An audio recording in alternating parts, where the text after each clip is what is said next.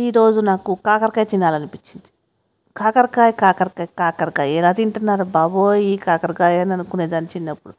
చూడటానికి ఇంత గరుకు గరుకుగా ఉంటుంది పైన. అది కూర వండుకొని తిన్న తర్వాత నోట్లో పెట్టుకుంటే చేదుగా ఉంటుంది.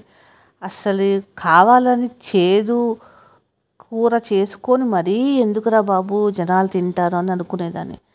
కానీ ఒకసారి నేను తిన్న తర్వాత నాకు కూడా బాగా అనిపించింది కాకరకాయ కూర. సాధారణంగా చేదంటే ఇష్టపడను, అలాంటిది తినంగానే నాకు అస్సలు చేదనిపించలేదు ఆ కూర. కాకరకాయ కూర అంటే ఆ కాకరకాయ వండే పద్ధతిలో ఉంటే చేదు కూడా మనకు చాలా ఇష్టంగా అనిపిస్తుందని అప్పుడే తెలిసింది. సో అందుకనే కాకరకాయలు తెచ్చుకొని ఇలా రౌండ్గా కట్ చేసుకొని మంచిగా డీప్ ఫ్రై చేసుకొని అన్నీ వేసుకొని తింటే ఇది వేరే లెవెల్లో ఉంటుంది.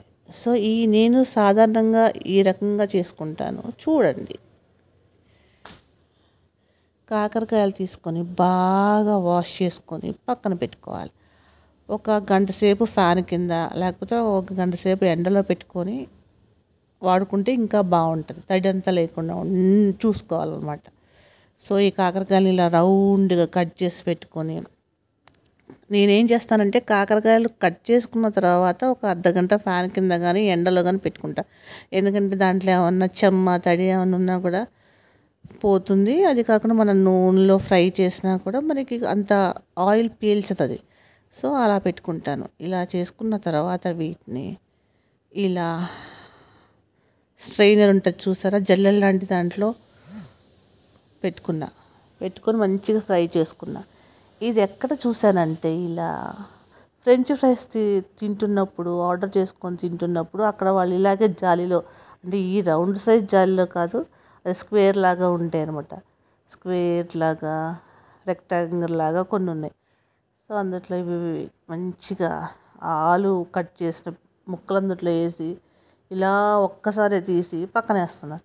అది నాకు చాలా బాగా నచ్చింది. సో నేను కూడా ఎందుకు ప్రతిసారి ఆయిల్లో గంట తీసుకొని తీయటం ఎందుకని ఇలా ఈ రౌండ్గా ఉన్న జల్లెడ పెట్టుకొని దీంట్లో కొన్ని వేయించుకుంటా ఉన్నాను అనమాట. ఇది చూడటానికి కూడా బాగుంది. అన్నీ ప్రతిసారి ఇలా వెతుక్కొని తీయాల్సిన అవసరం లేదు. జస్ట్ ఇలా పైకని 2 minutes ఇలా కొట్టి పక్కన వేసుకోవచ్చు అనమాట. బాగా నచ్చింది. సో అందుకని ఇలా ఫ్రై చేసుకున్నా. దీనికి నూనె కూడా చాలా తక్కువ పట్టింది. ఆ తర్వాత ఇలా మంచిగా ఫ్రై చేసుకున్న తర్వాత దీంట్లో కొన్ని పల్లీలు, వెల్లిపాయలు, జీలకర్ర, హింగు, ఇంకా పచ్చిమిరపకాయలు, కావాలంటే పచ్చిమిరపప్పు ఇవి కూడా అన్నీ వేసుకోవచ్చు, జీడిపప్పు కూడా వేసుకోవచ్చు. ఇవన్నీ మంచిగా ఫ్రై చేసుకున్న తర్వాత కాకరకాయ ముక్కల్లో వేసుకోవాలి. తర్వాత ఉప్పు, కారం, పసుపు ఇవి కూడా వేసుకొని మంచిగా కలిపేసుకోవటమే. తర్వాత కొంతమంది చింతపండు గుజ్జు తీసుకొని వేసుకోవచ్చు.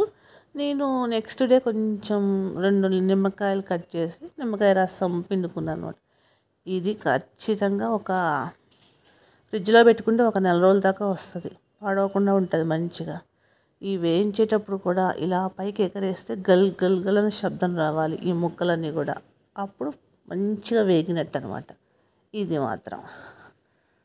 సో ఇది వేడివేడి అన్నంలో రోజు మొదటి ముద్ద ఇది తింటే సూపర్గా ఉంటుంది. ఒక్కసారి తిన్నారంటే రోజు తిన్నా మీకు విరక్తి కలగదు, అంత బాగుంటుంది. కొంచెమంది స్వీట్ ఇష్టపడిన వాళ్ళు కొంచెం బెల్లం పాకం అలా 2-3 నిమిషాలు వెయిట్ చేసుకొని కూడా కలుపుకోవచ్చు. ఆ టేస్ట్ కూడా చాలా బాగుంటుంది. అసలు కాకరకాయ అంటే ఇష్టం లేని నేను రోజు కాకరకాయ తినే స్టేజ్కి వచ్చాను అనమాట. కొంతమంది ఈ కాకరకాయలని పులుసు పెడతారు, అసలు నాన్ వెజ్ కూడా పనికిరాదు, అంత బాగుంటుంది. ట్రై చేయండి కావాలంటే. సేమ్ మటన్ పులుసు ఎలా పెడతారో అన్నీ అవే వేసుకోవాలి. మటన్ పీసెస్ బదులు ఈ కాకరకాయ ముక్కలు వేసుకుంటే చాలు. ఈ కాకరకాయ ముక్కలు కూడా సన్నగా పొడవుగా కట్ చేసుకోవాలి. కట్ చేసుకొని ఇలాగే నూనెలో ఫస్ట్ ఫ్రై చేసుకొని పక్కన పెట్టుకొని మటన్ ఎలా చేసుకుంటారో సేమ్ అలా చేసుకున్నాను అనుకోండి, ఇంకా మీరు నాన్ వెజ్ కూడా తినరు. ప్రతి వారం ఈ కాకరకాయతోటి పులుసు పెట్టుకొని మరీ తింటారు. చేసి చూడండి, తిని చెప్పండి. బాయ్.